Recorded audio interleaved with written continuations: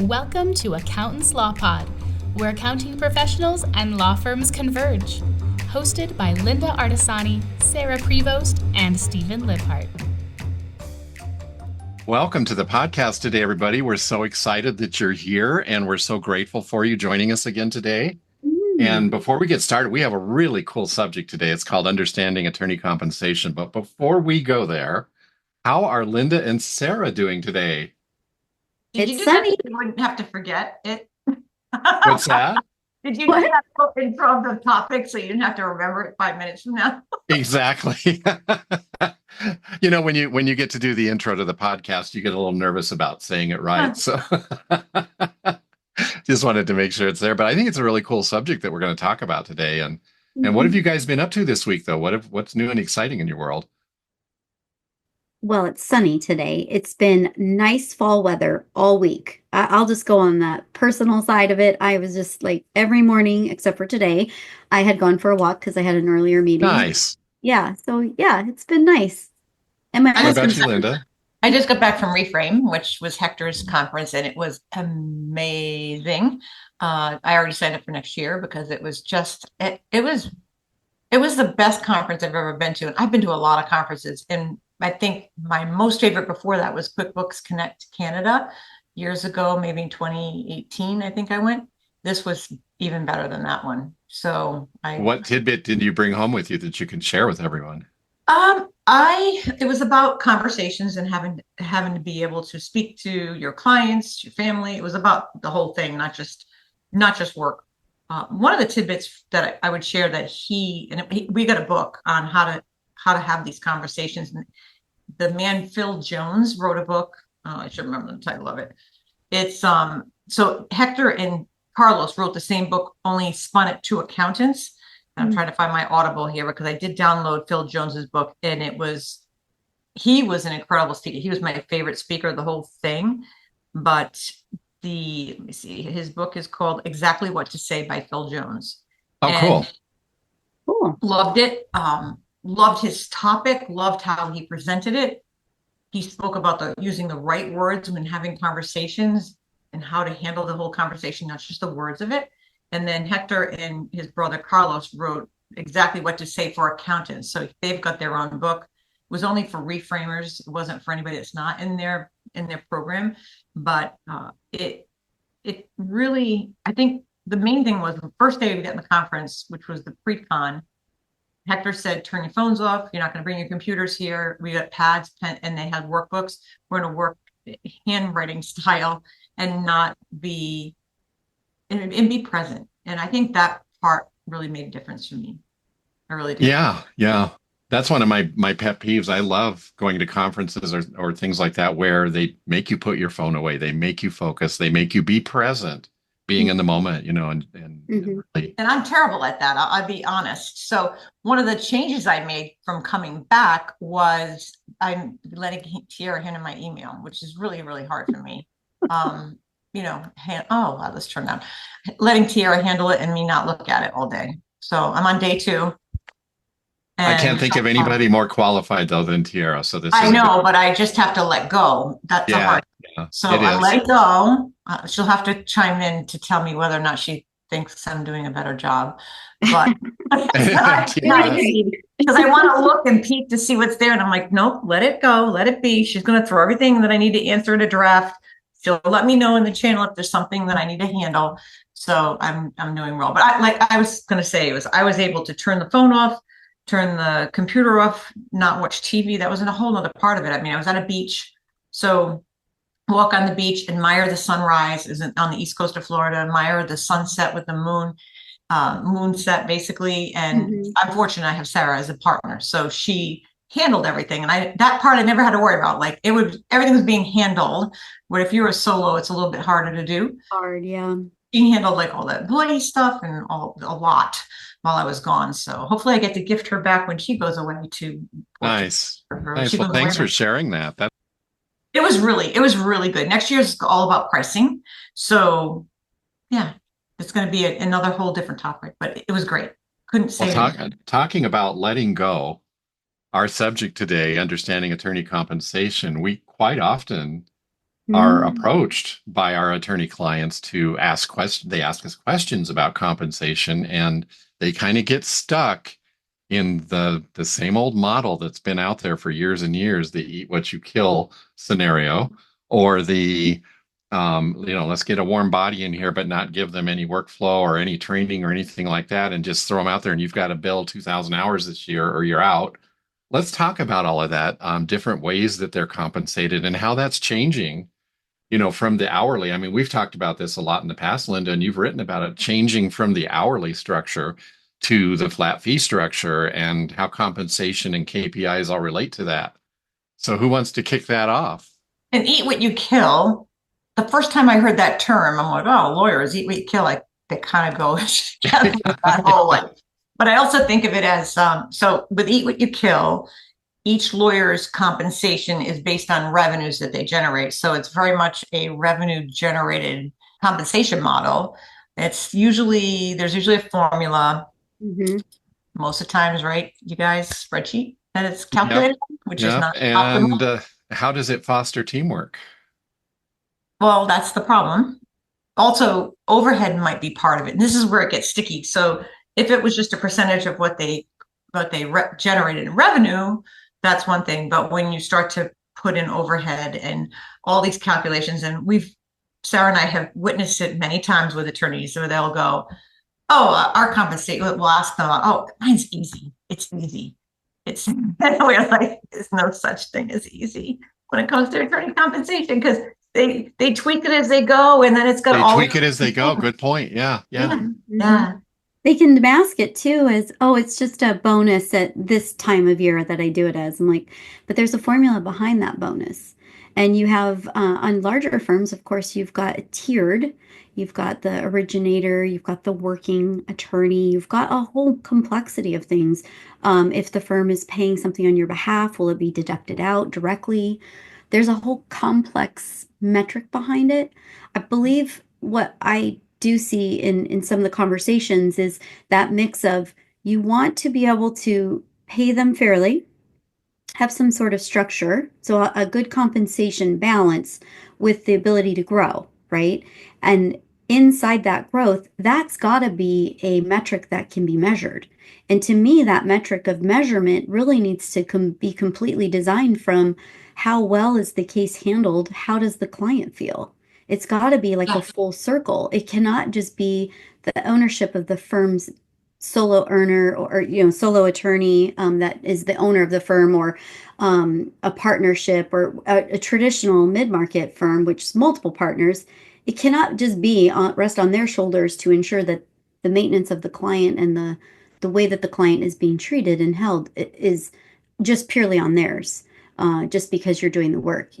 And we have got a generation gap change now. We have got a different mindset of what we want, right? Like, yeah. Well, those younger attorneys years ago, it was, I forgot the name of that method, but the one where you had to be in, you got your bonuses were based on how long you've been at the firm. Oh, like the longevity of your tenure there. Yeah. Younger people don't want to do all the work. And so the older ones would get all the money at the end. They worked all these years and now they get the bigger percentages, where the younger ones, they just want to fast track it. They want to get paid and they want to work hard, but they want to get their bonus out of it. And that's not set up on that type of method where you have longevity and you get more compensation the longer you've been there. If you've been there for a very long time, you get a lot more. And then newer people don't get it. You think about and then if it's based on rainmaker, your role, well, the rainmaker's bringing the work in, but what about the worker bee? What about the other people there in the originator? How does that land in attorney world? So there's a lot there to follow. And I think also when you're starting out working with law firms, you're going to find that these things they exist. You might not hear from the attorney until all of a sudden, maybe they bonus out at the end of the year and they go, oh, by the way, I need to cut bonuses. I need to make sure everything's done by XYZ date. And you're like, you have bonuses that are going to go out? They never told you about it. And now you're scrambling to get whatever they need for that. And that makes it harder, typically, if they don't share that information with you to the very end. Well, one of the things that I've noticed over the years too is that starting in law school, all the way up to the law firm, they don't teach attorneys numbers. Their No. goal is to teach them to pass the bar and become an attorney, just like many schools in many different subjects do. But compensation is not just $50,000 a year that I'm paying you. Compensation is also your health benefits, your 401k firm contribution, your taxes, that the employer share of taxes, depending on how the payroll is. All of those things come into your compensation package. And so 50,000 suddenly becomes a 70 or $80,000 expense to the firm. And I'm passionate about that should be shared with each person working in the term. This is your value, not in a bad way. This is a positive Can thing. I add two more things to your Yes, continuing education and state bar dues? exactly. All those things are an expense that we're putting out on your behalf that become now your value to this firm is $80,000. Now let's use that as the base for the number of hours that you need to work and the revenue that you need to bring in and all of that. And when you start sharing that with people, it changes the whole environment of how things are approached. Instead of just saying, okay, you're fresh out of law school, we're going to beat the tar out of you, you're going to bill 2,000 hours and we'll be lucky if you're here in a year. I hate that approach to law firm practice. I love when you meet a firm that is truly systematic, where a new associate walks in the door and is like, thank you. I can just fit in and I get my earning potential. I understand what I need to do. Because to me, it's like there's a mix of a healthy base and what is this earning potential? And that's the hardest part. Like, that's what Linda and I found really kind of interesting with these spreadsheets. And every time they're like, yeah, it's super simple. And we're just looking at it going, there's got to be a catch inside of this. Oh, not only that, Sarah, how many of them have we tried to tie back to the accounting records? And then there are this outside spreadsheet that doesn't actually align with the numbers. They were pulling numbers out from somewhere and they're putting them on the sheet and they don't align with the revenue totals or they don't align with the overhead totals. And it's like, well, where'd they get these numbers from? And then you start to book all that stuff in properly in the records. And then it's eye-opening that you see that things weren't correct. And now you have to make corrections because maybe somebody was overpaid, somebody was underpaid. And then you have to have those conversations and they don't even know that because they're doing it on a spreadsheet and sometimes the formulas go on. And we've seen it all. And as soon as they say spreadsheet, we always go, oh, okay, can we have access to the spreadsheet? And then it's kind of diving into what we are.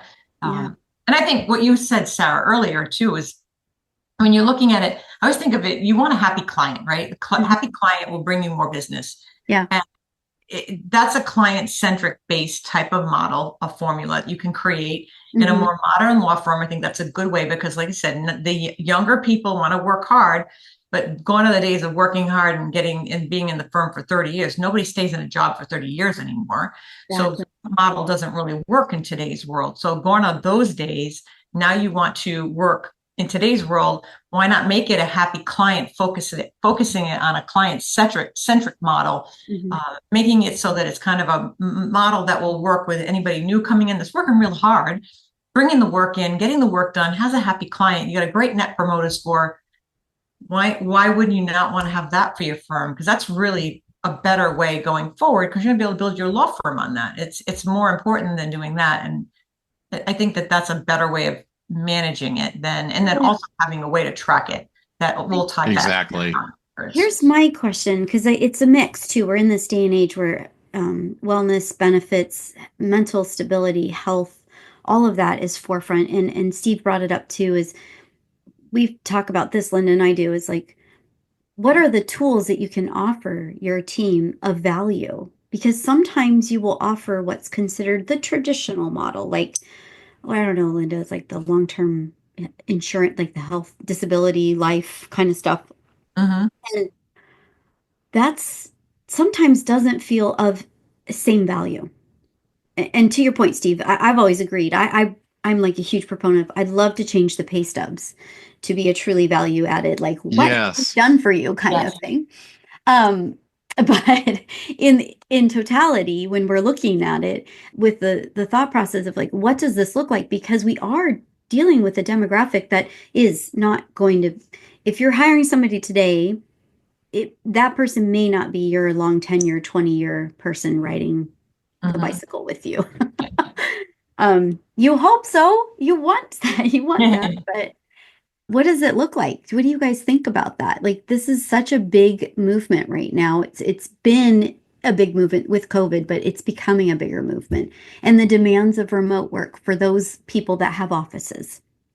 We're hearing the bigger companies switch, right? They're going back to in office.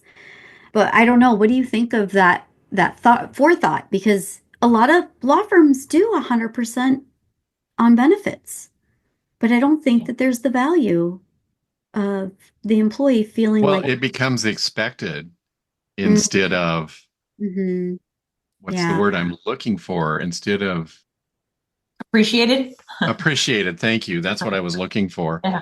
I as an employee, as a brand new attorney, I'll be like, oh, this is really cool. I'm mm-hmm, getting this benefit.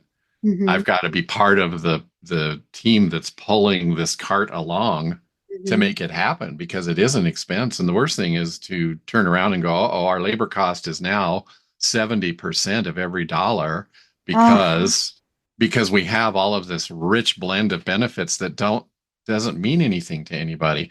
If you have a mm-hmm. parking benefit, but all of your employees ride the bus, or if you have a bus pass benefit, but nobody rides the bus. I mean, I've Yeah, seen it all, like you yeah, said, Linda. yeah. I've seen all these things that they throw out there and they have to administer, and a lot of people don't even want them.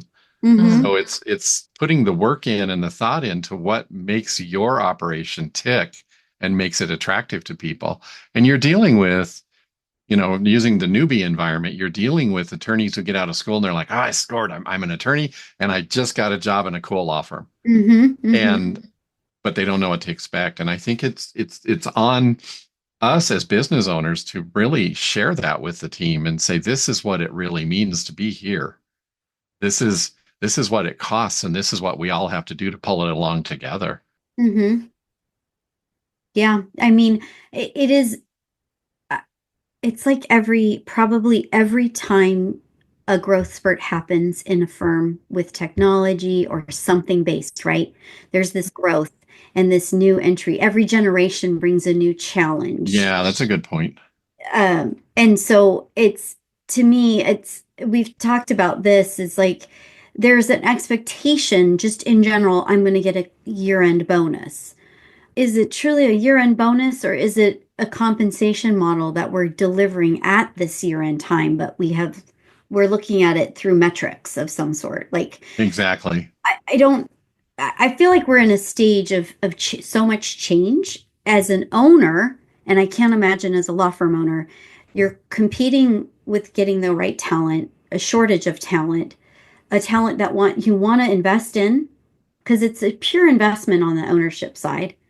And Mhm. then, and it goes with the employee side. I don't want to demean the employee side of it. It is also an employee side. It's a risk on both, right?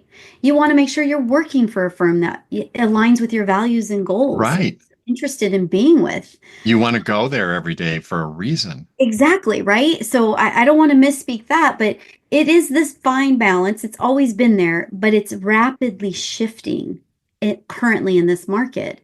And I just wonder what this looks like. And the best way we can support, I feel like, is assisting with looking at the benchmarks and the metrics and finding out what is it that you're doing deep down. Do you have some sort of productivity metric? Do you have people that are interested in wanting to know what that is? Because you have groups of categories of individuals, personality wise. And that generally falls outside. That's not bookkeeping. That's tailored services to support you because, again, all the three of us here, we're firm owners. Mhm. We know what it's like. So we could speak to that value. But then how do you make sure it's tailored and fits your vision and goal and supports what you'd like to do for the staff? We have so much that wears their heart on their sleeves and gives so much to the point where I'm like, okay, pause, let's reevaluate. Like you You're said, only compensating the attorneys. I mean, a lot of times in some yeah. states, be very careful how they compensate anybody Oh, else yeah. underneath the attorneys. But it's funny how you think about it. If everybody it was part of this work getting done, why wouldn't the paralegal get a compensation or the legal assistant get some form of compensation or bonus because some big maybe they have a class action suit they're working on and they just had a windfall. How do you put that together? And I just remember the name of the one that's the tenure one. It was the old school word was lockstep. It was called the lockstep. Oh yeah. It just came into my head. I'm like, because I knew it had a funny name. That's the one where you're tenured, where you work all the years, you get the bigger bonus, but as you're younger, then you don't. And you're probably working twice as hard when you're younger. You're just not compensated to put the years in, and that makes a difference. But yeah. Yeah. And there's some firms that we see it's really tight ownership, right? So there's several owners. They have a very similar eat what you kill model in a sense, right? They have a traditional way of dividing out expenses, but inside of that, how they choose, it's almost like they're choosing to run their individual teams. It's a collective group of people, so I think of them as pods. So my team consists of these associates versus it's not you work for the firm and you could serve any of the attorneys, the original owners. No, or the partners. That's not how it works. It's like, this is my section, this is your section. It's fascinating to me because then that feels like, okay, I'm one cohesive firm, but I'm pillars inside of it.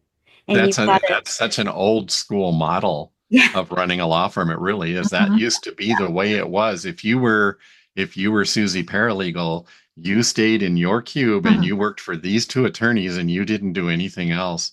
And to me, that's not a healthy environment. It's all hands on deck when certain things come along to the law firm. And, we're all pulling together to make it happen, to make that outcome positive.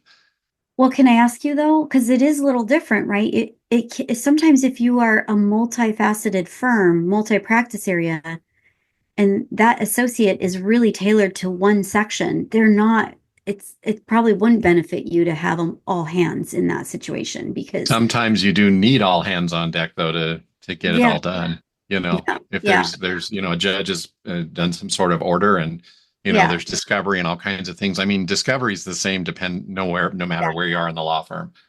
So that comes into play. And also we're working with a really cool law firm right now that is just going gangbusters. I love these guys. I just love their energy. They're young. They spun out of another law firm. They have a really cool niche that they're working in, and they want to do class accounting. And we've been gyrating around on the class accounting this year. And I had a conversation with one of them the other day, and he said, I'm just so frustrated on what I want to look at. And I said, well, don't get so granular that it drives you nuts and doesn't give you any information that you need, but really drill down. And I gave him examples. Think about what it is you want to look at for compensation and your percentage and what that KPI means to you. Okay. Because they're a type of firm that has a really steady flow of income. That's really cool. So it's not like a PI firm or something like that. I mean, they've got a nice steady flow of income and they can get their arms around this. As an example, I worked in a law firm that had about 50 attorneys. And it got so granular on the compensation that I had to go and measure the size of each cube that each attorney sat in. And oh my God. Yeah. And then we would allocate the rent to all of those cost centers and the utilities and all that sort of stuff. And if they took something out of the supply room, they had to check it out and it was charged to their cost center. But you know what? They were working on it was all from the financial crash in 2008. And they were working on recovering money that banks had defrauded people on, which was a really cool real cool client for them to have. But we were able to break it down by all of those attorneys and the work that they were doing and what they were being compensated. And we found out where we could tweak and where we could move and what we could do. It created this whole environment of fixing things and maximizing the dollar instead of just saying, oh, Linda, you brought in $200,000 and Sarah brought in $100,000, but you're both getting paid the same. Shame on you, Sarah. It wasn't that kind of environment. It was proactive. It was like, okay, we're going to shift some work over here to Sarah now. And we're going to, that gives you strength in running your business and everybody can benefit. Yeah. That's interesting. I get so passionate about this. I think it's a good conversation to have with your attorney clients because they may have just some stuck program that they think is working, but maybe they need to realign with the firm's goals, their their mindset of where they're going in their firm, maybe even just overall what the firm means and what they're trying to accomplish as just what their mission, what the company mission is in values. So maybe they might need to realign it. Maybe they're stuck in an older model that isn't really working with the newer generation that's coming on board. And I think it's a good conversation to have with your clients, which is more an advisory conversation. But I think having yourself armed with that knowledge, you'll be able to help your client out a lot, which is Absolutely. important. Absolutely. Yeah, that's a good point, Linda. I mean, it's you are coming from a space. I mean, if you remember, you are a business owner yourself. You may or may not have employees, and you're coming from a space of where you need to help them maybe reaffirm or design something or slightly tailor what's being offered right now. And so maybe it's like those annual things. You're supposed to look at your insurance annually. You might have to do that on a more frequent tick because are you having a lot of turnover? Are people grumbling or asking for a little bit more? Yeah. Are they calling in sick a lot? If you're losing staff or you can't obtain good staff because you're not offering what the firm down the road is offering, I mean, that's a good point, Sarah, that you want to be able to at least have a good compensation package that includes bonuses so they can get. And don't tie it to something that's not real. Don't tie it to how many consultations that are walking in the door that don't become clients. Make sure it's something that makes sense, that the firm gets a client, the client pays. Always metrics. Yeah. Measured on those metrics. You don't want to be paying out on something you didn't even receive, for sure. Make sure you have it and you have a way to track it that ties back to the reconciled accounting records. It makes me think too, Linda, this has happened to us a few times where a disbursement happens and it's the wrong amount, but you've already awarded the junior associate or somebody of like a certain dollar figure. Now it gets to be undone and redone, right? And this happens. I mean, and it will happen kind of on the quick. Sometimes it won't. Sometimes it takes a little while. And then for us accounting professionals, we have to make sure we can't pay that out twice. What is the difference? Like there's all these things that we have to do to help co-manage this. So if we are involved in understanding it, not to be judgmental about it, but just helping us understand it, we know what we can work to. To your point, Steve, where you're like, I had to know exactly how much square footage was each cube. We have to know what we have to work to as well to support whatever this side spreadsheet is. You don't have to share it with us, but just give us the metrics. So often the partners, the owners of the firm feel obligated to give that bonus at the end of the year. And they're kind of like deer in headlights. Sometimes they're like, oh God, I'm going to lose all these people or 2 or 3 of them. And guess what? Number one, they compare notes anyway. Sarah, how much was your bonus? Yeah. Oh, Linda, how much did you get? And they hang on until year end and they're ticked off about something in the firm and then they quit. And so you just paid out that $5,000 bonus and they're gone. And you as the owner are wondering what the heck happened there?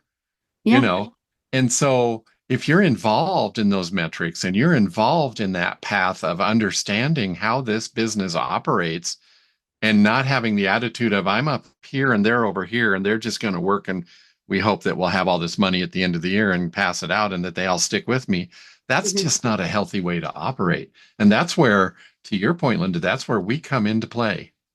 We can have those conversations and say, this is your labor cost as of June. We're in July now.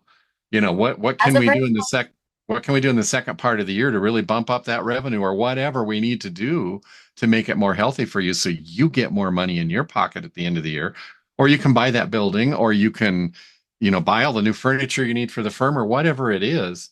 We've got to create the path to have those things happen. And it doesn't just happen by magic. You said something that just triggered a thought too. And I know that Linda and I have talked about this privately in our own stuff. It's perception too. Yes. As if, you walk into a firm and it's lovely, right? It's established. It's got beautiful furniture. And then you see changes happening. Like, are we buying new equipment? What are we investing in? And the employees are evaluating that. And why are there empty offices when I walk down the hall? Yeah. The employees, the perceptions are so key to that. They look at what's going on, and they're making their own perception identities of like, what does this look like? Do I see myself here? So Right. it's very interesting. I mean, we had on the podcast somebody that you used to work with at a time, and lovely place, beautiful art, really cared about his office environment. And it clearly showed because the staff really cared about it too. They had nice spaces probably to work in, I imagine, if we had a whole tour. So, and what was his heart vision, like what he likes, what art is on the wall, what is that perception? So it's funny. It's because compensation is it's a validation of who we are. It's tied into so many things. It's so intricate. It's this fine line. And when you're reevaluating it or need support or need some measured metrics, we have to see the whole picture with you. We can't just give you, oh, this is how much gross and this is how much this person does. And that's up, you know what I mean? Like to Linda, what Linda brought up earlier is like, are you a rainmaker? Are you this? Are you this? Are you that? Well, take the labels off. Who are you to the firm and how can we help you with your growth? And checking in, what is it that they want? What is their growth? They might be totally different than the person next to them. So, well, in my own heart, I would rather feel really good about myself as an employee of the firm, knowing that I earned that bonus instead of expecting it. You know, I love that. I love that you say that. This is what I did here. I'm so proud to be here. Yeah. You know? Yeah. Yeah. I love that you say that because I wish more of that in our world. Yeah. So. I do too. Everybody pulling in the same direction. So Well, great subject today, you guys. That was very well done. I think it's something that we have to bring up every once in a while, different times of the year. Have you looked at your compensation? Where are you going? What's happening here? So is it interesting that we do it around maybe when personal taxes are due? Yes. Yeah. Oh, I'm just. And why are you on extension? Because yeah. And also, I mean, you think about it, even with one last thing, if you think about it, if you are a bookkeeper doing back work, kind of figuring stuff out, tying everything to the returns and also connecting everything to the data and the accounting, if you have to make changes, you have to do that in the open period, not going back and making changes in the closed period. So, right. You know. Well, great discussion today. Yeah, definitely. If you enjoyed this episode, don't forget to like, share, and leave a review. And make sure to subscribe on YouTube or wherever you listen to your favorite podcasts. Feel free to email us at info@accountantslawpod.com or drop us a message through our website at accountantslawpod.com if you have any questions or topic requests. And are you interested in joining our weekly Accountants Law Lab mastermind sessions every Friday? Visit accountantslawlab.com to sign up and hang out with the best minds in the legal accounting industry. That was, you know what? She just said something that reminded me. We had such a great session today on the Law Lab. We did. And it's a friend of ours who talks about cybersecurity, all the protection. I know that we've invited them to be on the podcast too, but oh my God, what a lively conversation. I enjoyed it. It was. My head's still spinning on that one. I got a lot of notes. Yeah, I was going to say, I did 2 pages of notes on that one. So. Well, Thank you, everybody. Yeah. Bye-bye. Bye-bye.